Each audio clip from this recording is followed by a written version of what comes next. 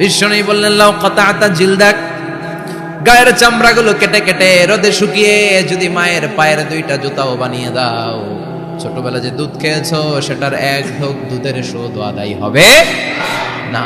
এজন্য মা যে কি কষ্ট করে। এখানে বেশিরভাগই আমরা নর্মাল প্রসেসে পৃথিবীতে এসেছি, তাই না? সিজারিয়ান বেবি খুব কম, থাকলে এক দুইটা। নর্মাল প্রসেসে একটা বাচ্চাকে ডেলিভারি করতে একটা মায়ের যে কত কষ্ট হয় আপনি কল্পনাই করতে পারবেন না। চিকিৎসা বিজ্ঞান বলে একজন সুস্থ মানুষ ব্যথার একটা ইউনিট আছে, মাত্রা, ব্যথা মাপার একক।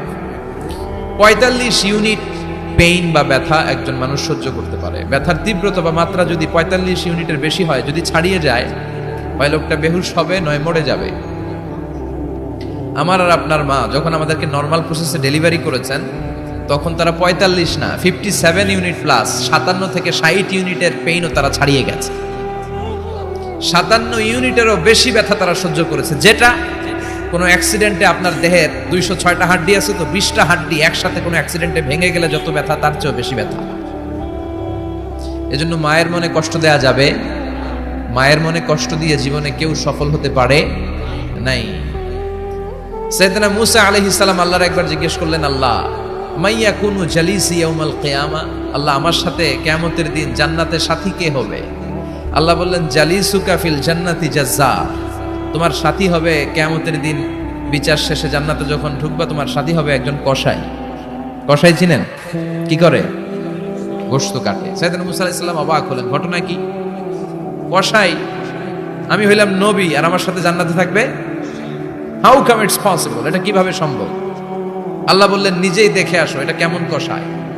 সাইয়েদনা মূসা আলাইহিস সালাম ছদ্মবেশে কসাইয়ের দোকানে দাঁড়িয়ে রইলেন। দেখলেন স্পেশাল বিশেষ কোনো আমল নাই, কসাই শুধু গোশত কাটে, গোশত বিক্রি করে। দিন শেষে দোকান বন্ধ করে প্যাকেটের ভেতরে গোশত নিয়ে বাড়িতে রওনা হয়েছে। বাড়ির ভেতরে ঢুকে যাওয়ার পর সাইয়েদনা মূসা আলাইহিস সালাম ঘরের দরজার কড়া নাড়লেন। কসাই বলে, মান আনতা, তুমি কে? মূসা আলাইহিস সালাম বললেন, আনা মুসাফির, আমি মুসাফির, থাকার জায়গা নেই, আপনি যদি থাকার জায়গা দেন আপনার বাড়িতে থাকবো। কসাই বলে, আসেন। সাইয়েদনা মূসা আলাইহিস সালাম ঢুকলেন। কসাই বলে, এই ঘরে একটু থাকেন, ওই ঘরে আমার একটু কাজ আছে। মূসা আলাইহিস সালাম বললেন, যান, কাজ সেরে আসেন। মূসা আলাইহিস সালাম খেয়াল করলেন ওই ঘরে মাচার উপর থেকে বয়োবৃদ্ধ এক নারীকে তিনি নামিয়ে গোসল করালেন, টাওয়াল দিয়ে গা মুছিয়ে দিলেন, নতুন জামা পরিয়ে দিলেন। এরপর দোকান থেকে আনা সুন্দর গোশতের টুকরাটারে নিজ হাতে কেটে রান্না করলেন। তারপর রুটি বানালেন, আর গোশত আর রুটি হাতে নিয়ে ওই মহিলার মুখে তুলে দিচ্ছেন। মহিলা খাচ্ছে, খায় আর বিড়বিড় করে কি যেন দোয়া পড়ে। সুবহানাল্লাহ পড়বেন না? ওই মহিলাকে খাওয়ানোর পরে কসাই সাইয়েদনা মূসা আলাইহিস সালামকে মেহমান হিসেবে খাবার নিয়ে আসলেন। বললেন, ও পথিক, খাবার খান, সকালবেলা আপনিও চলে যাবেন, আমিও যাব আমার দোকানে, খেয়ে আপনি ঘুমিয়ে পড়েন।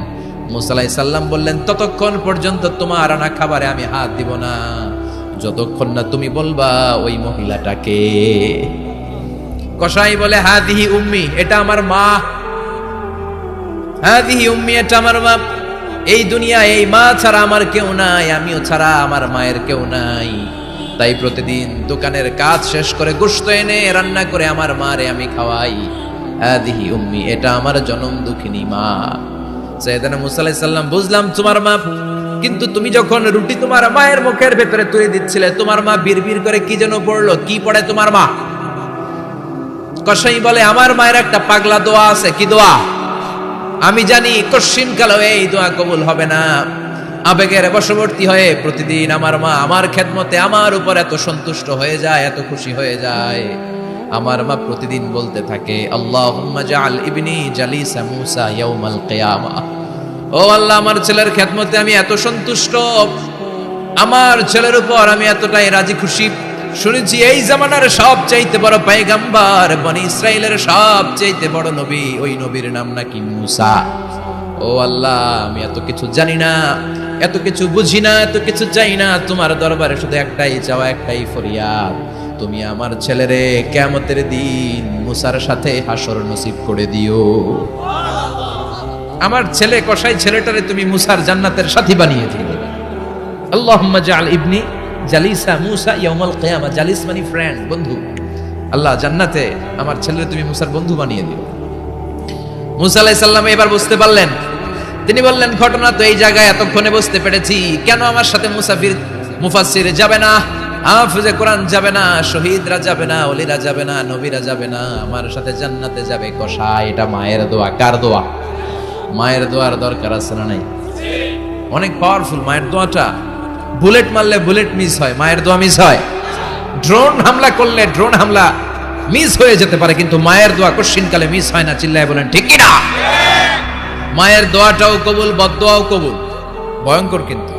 মা দোয়া করলে কবুল হয়, কিন্তু বদদোয়া করলে কবুল হয় না। এরকম হলে it was not a big deal, এটা বড় সমস্যা ছিল না। কিন্তু দোয়া করলেও যেমনি কবুল, বদদোয়াটাও কবুল। এজন্য খবর আছে না নাই? এজন্য মায়ের কাছ থেকে সবসময় দোয়া নিতে হবে। দোয়া নিতে রাজি আছেন? আমাদের সমাজে এরকম অনেক ধরনের কুসংস্কার। 2 কলা খেলে 2 বাচ্চা হয়, তাই না? আসলে কি কথাটা ঠিক? বাচ্চা একটা হবে না 2টা হবে, ছেলে হবে না মেয়ে হবে, এটা কে দেয়? আবার অনেকের মাথার চুলের মধ্যে 2টা গিট থাকে, আছে না নাই? 2 গিট থাকলে কয় তোর 2 বিয়া, 3 গিট থাকলে 3 বিয়া, গিট নাই কয় তোর বিয়া নাই, আছে না নাই? এগুলো মুসলমান বিশ্বাস করতে পারে? মুসলমান বিশ্বাস করে একজনকে, তিনি কে? তো এই 3 ফল এটা খেলে মানুষ পাগল হয়ে যায় না, এটা স্বাস্থ্যকর একটা খাবার। বাংলাদেশের 3 আর আরব দেশের 3 এর পার্থক্য আছে। আরব দেশের 3 খুব সুস্বাদু। তো এই 3 এর নামে আল্লাহ একটা সূরা দিলেন। সূরার নাম হচ্ছে সূরাতুত তিন। সূরার নাম এরকম অনেক নামে আল্লাহ সূরা দিয়েছেন। খেয়াল করে দেখবেন, মানুষের নামে সূরা দিয়েছেন, সূরাতুল ইনসান, সূরাতুন নাস। আবার ইন্ডিভিজুয়াল 6 জন পুরুষ মানুষের নামে সূরা দিয়েছেন, 6 জন নবীর নামে, একজন ওলির নামে। সূরা হুদ, সূরা ইউসুফ, সূরা ইউনুস, সূরা মুহাম্মদ, সূরা ইব্রাহিম, সূরা নূহ, আছে না নাই? আবার সূরা লোকমান, আছে না নাই? মানুষের নামে সূরা, তাই না? তো 7 জন পুরুষের নামে সূরা, আর মাত্র 1 জন নারীর নামে আল্লাহ সূরা দিলেন। বলেন তো এই সূরাটার নাম কি? মারিয়াম। তো রেশিওটা কম হয়ে গেছে না? পুরুষ 7 জন, নারী 1 জন। নারীরা যাতে রাগ না করে, নারীদেরকে বুঝ দেওয়ার জন্য আল্লাহ সব নারীদের নামে আলাদা একটা সূরা দিলেন। সূরার নাম, তার মানে আল্লাহ নারীকে খুশি রাখতে চায়, বিশ্বনবীও নারীদেরকে খুশি রাখতে চায়। আমার অনেকে বলে, হুজুর আপনি নারীদের পক্ষে কথা বলেন বেশি। আমি সবার পক্ষেই বলি, যার যেটা অধিকার তাকে সেটা দিতে হবে, ঠিক কিনা? নারীরা সম্মানিতা, তাদেরকে সম্মান দিতে হবে। বিশ্বনবী তাদেরকে সম্মান দিতেন। মা আয়েশাকে বিশ্বনবী সবসময় আগে সালাম দিতেন। সুবহানাল্লাহ পড়েন। খাদিজা রাদিয়াল্লাহু তাআলা আনহাকে আল্লাহ তাআলা আরশের উপর থেকে সালাম পাঠিয়েছেন। এজন্য নারীদেরকে সালাম দিবেন বেশি বেশি। ঘরে সুখ শান্তি নাই, অনেকে বলে ঘরটা নাকি জাহান্নামের টুকরা, কারণ সালাম নাই। সালাম মানে শান্তি। সালাম মানে কি? সালাম সালাম হাজার সালাম সকল শহীদ স্মরণে, আমার হৃদয় রেখে যেতে চাই তাদের স্মৃতির চরণে। পড়েন আমিন।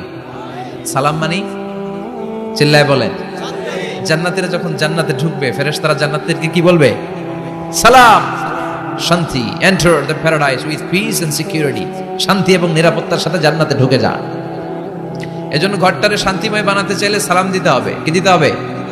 আজ থেকে স্ত্রীকে সালাম দিবেন তো ইনশাআল্লাহ। পড়েন। আমার মাইকের আওয়াজ যদি বোনদের কানে যায়, মাদের কানে যায়, আপনাদেরও বলি, আপনারাও আগে আগে সালাম দিবেন। এই দৃশ্য বাচ্চারা দেখলে বাচ্চারাও সালাম শিখবে, ঠিক কিনা? মা খাদিজার ব্যাপারে আল্লাহ বলেছেন, জিব্রাইল তুমি যে খাদিজারে আমার পক্ষ থেকে সালাম দিয়ে দাও, আর খাদিজারে বলে দাও জান্নাতে খাদিজার জন্য এমন ঘর আমি প্রিপেয়ার করে রেখেছি যেই ঘরের ভিতরে কোনো নয়েজ নাই, কোনো আওয়াজ নাই, কোনো ডিস্টার্ব নাই, আছে শান্তি। সুবহানাল্লাহ। কারণ বিশ্বনবীর জন্য খাদিজা নিজের ঘরটার এরকম নয়েজহীন, কোলাহল মুক্ত, শান্তিময় করে রেখেছিলেন। বিশ্বনবী কোলাহলপূর্ণ দাওয়াতি কাজ শেষ করে যখন ঘরে যেতেন, কলিজাটা ঠান্ডা হয়ে যেত। বিশ্বনবীর জন্য এমন একটা ঘর রেখেছিলেন মা খাদিজা, ওই ঘরে বিশ্বনবী যখন প্রবেশ করতেন, বাইরে যত মারপিট হয়েছে, মারামারি হয়েছে, কাফেরদের যত অত্যাচার সহ্য করেছে, ঘরে ঢোকার সাথে সাথে নবী সব ভুলে যেতে। এত মায়া, শান্তি, প্রশান্তির ঘর খাদিজা বানিয়েছিল। এজন্য আল্লাহ বলেছে, জিব্রাইল খাদিজারে বলো, খাদিজার জন্য এমন জান্নাত আমি রেখেছি যে জান্নাতে কোনো সাউন্ড নাই, আওয়াজ নাই, ডিস্টার্ব নাই, কোলাহল নাই, কোনো নয়েজ নাই। চিল্লায় পড়েন আল্লাহু আকবার।